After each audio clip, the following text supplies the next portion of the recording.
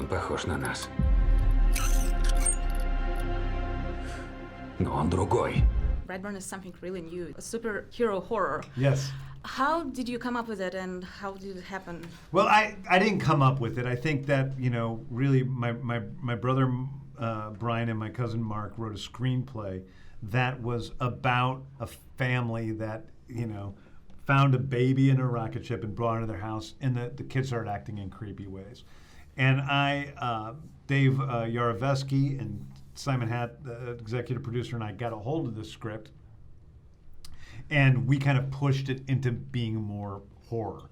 And I think one of the ways was, seeing, if we were experiencing a superhero, would we see him like a superhero like we do in the movies with everything perfect? Or would it appear more as a kind of ghost or poltergeist or demon of some sort? And so sort of aesthetically coming at it from that way was the thing that I added to it personally. And you had a chance to work with your family. And I had a chance to work with my family, my brother and my cousin, but also Dave Yarovesky is been one of my best friends for a long time, and Elizabeth and I have been friends for a long time, and David Denman, yeah, and we're friends outside of that. So it's like it was really a chance to make a lower budget movies with people that I really loved and cared about, and had a good time doing it. Did you do something fun? When you had downtime on set? We didn't have much downtime. Yeah, he's like every frame of the movie. Yeah, it's the leading part, Yeah, I mean, but occasionally when I did have downtime, we hung out a lot, and you kept going to skate parks. Yeah, I did go to a few. He likes to skate parks. skateboard. He's very good at it. Yeah, we I think we had a lot of natural chemistry, and we had real life conversations sometimes too. Yeah, like the scene in the woods where we're talking about. Life. Puberty, birds and the birds and the bees. I remember going, I just had my son write the day before I got sent the script, and I said, oh my God, I'm gonna have to have this talk with my son someday, and he said, don't do it like this. Jackson, I know that you have 120 variations of your costume. Oh yes. Can you tell me a little bit and you ended up with a cape out of blanket? Yeah, there were tons and tons. At the production office, there were 4 walls covered with masks, different variations of them. But that's all thanks to Autumn, our costume designer. She put in very hard work in creating this mask and this costume, and it just came out outstanding. I couldn't be happier with how it looks. I think it's extremely iconic, and it felt very powerful to wear. I think it's amazing. Now, Elizabeth, I really was interested yesterday in your T-shirt and your character Ramones. How did it happen? Is there a story behind it? No, I just wanted her. We wanted her to be a little rock and roll. It was what. And in imbuing her with sort of a creativity and the things that mothers typically represent in a child's life, right? Like beauty and art, and she's an artist, and she represents sort of hopeful things and tender things, and that she is a little bit of a rebel. So when she sees her son being a little bit of a rebel, it's it doesn't immediately create anxiety in her. She's I was a rebellious, I get it. I get him.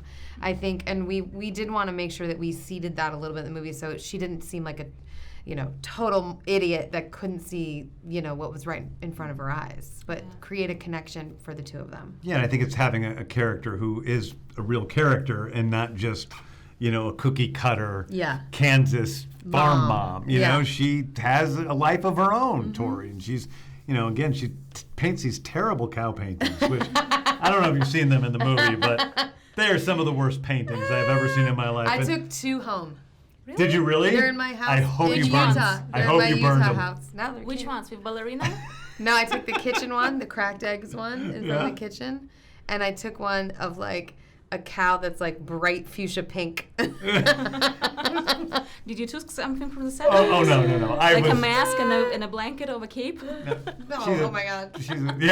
I think I do have a mask, but the cow painting is, she's not the What best else painter. do you expect a mediocre housewife to paint in Kansas who lives on a farm? I thought she would be more talented than just taking a painting of a cow and splattering purple on it. Everybody, it's art. We all express ourselves in our own unique ways. How do you guys usually watch horrors? Is there any tradition you usually have with the horrors? I have a few like friends that when it's coming out, we'll call each other and be like, "All right, so this weekend, like which night are we going?" And we always kind of go together. My husband will not go see them with me, so I have to bring my friends in. But you're like me; you don't get scared at horror movies. Right? No, I don't. I don't either. I don't. I love them. I did when I was a kid. I laugh out loud at most of the time. Most of the time, I'm just like a giggle fit. I love, and when it does scare me, I'm like, good job. Yeah, me too. Me too. Yeah. I'm like, hell yes. Yeah.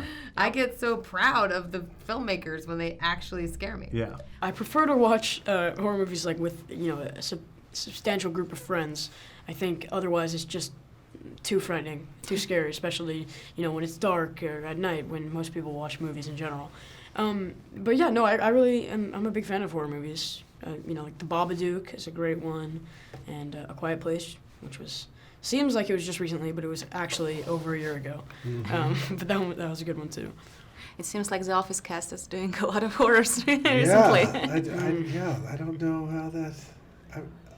Honestly, I don't see a lot of horror. Actually, that's not true. I see more horror movies than I realize because my wife loves horror movies, and I'm always forced to watch them with her. But Quiet Place is a great movie. That was a lot of fun. John was terrific in that, and I like to watch them in a theater with people because it's there's like the communal experience of watching a movie together where when something happens and everybody jumps out of your out of your chair is really fun. But also watching them at late at night with my wife is also fun. But I try not to watch them before I go to bed because you get some really awful dreams. This will leave some images in your head that you will never get out. So it's definitely got plenty of things for the horror fan out there.